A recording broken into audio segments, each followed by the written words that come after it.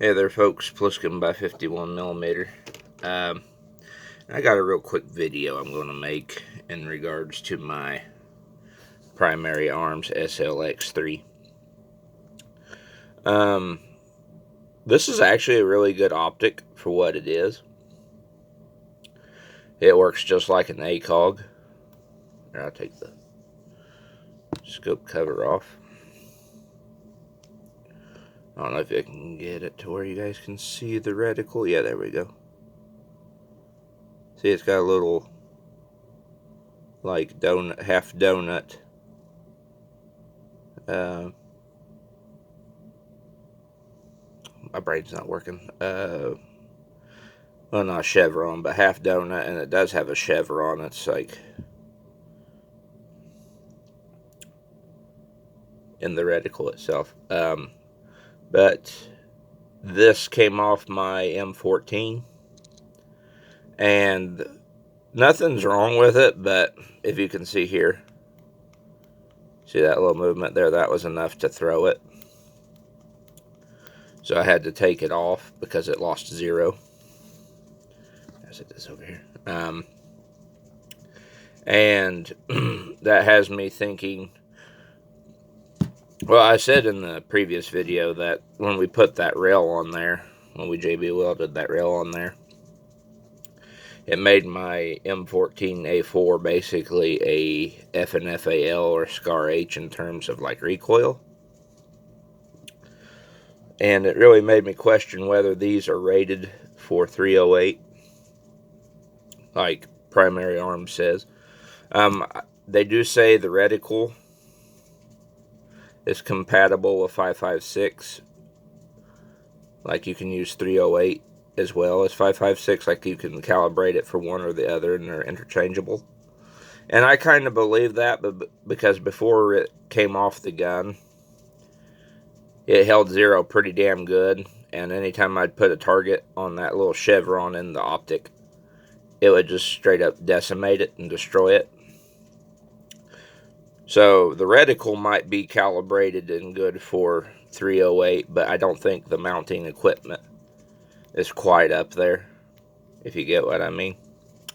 So I am going to use this optic again. I'm not getting rid of it just because it rattled loose. I will be putting it on a new AR that I'm building, that I'm currently building. I've kind of kept it in the dark a little bit. But I already have the 80% lower, and the parts kit should be getting here sometime soon.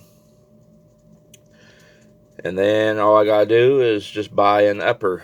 I'm gonna get a H&R from PSA. I'm gonna get a M16 fixed carry handle upper, and I'm just going to take this little extension here that's in the middle out and put the mounting base right onto the optic and get a pick rail for the fixed carry handle, and then put this optic back to use and see if it will hold on a 5.56, which it ought to, because it don't or 5.56 doesn't recoil anywhere near as bad as a 308. And like I said, the M1A doesn't recoil that bad for a 308, like compared to say a bolt action. So I can't really say for sure if that was what was well, it was the recoil, but putting that basically making it a flat top. I'm half dead. I had a hell of a night at work last night.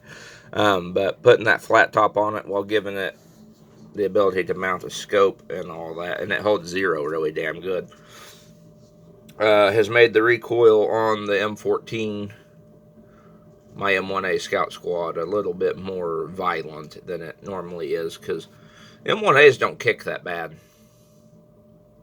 I mean, if you never shoot 308 and you only shoot light caliber rifles like in 5.56 and 7.62 by 39. Yeah, I could see where one would knock you around. But the M14 M1A does not recoil as bad as a lot of people like to carry on. There's some people that act like they break your arm, and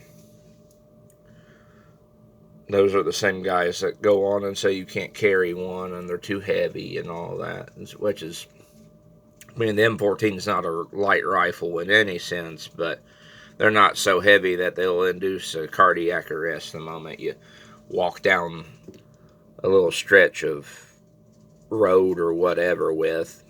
I've carried both of my M1As pretty well. Especially my M1A loaded. I took it everywhere.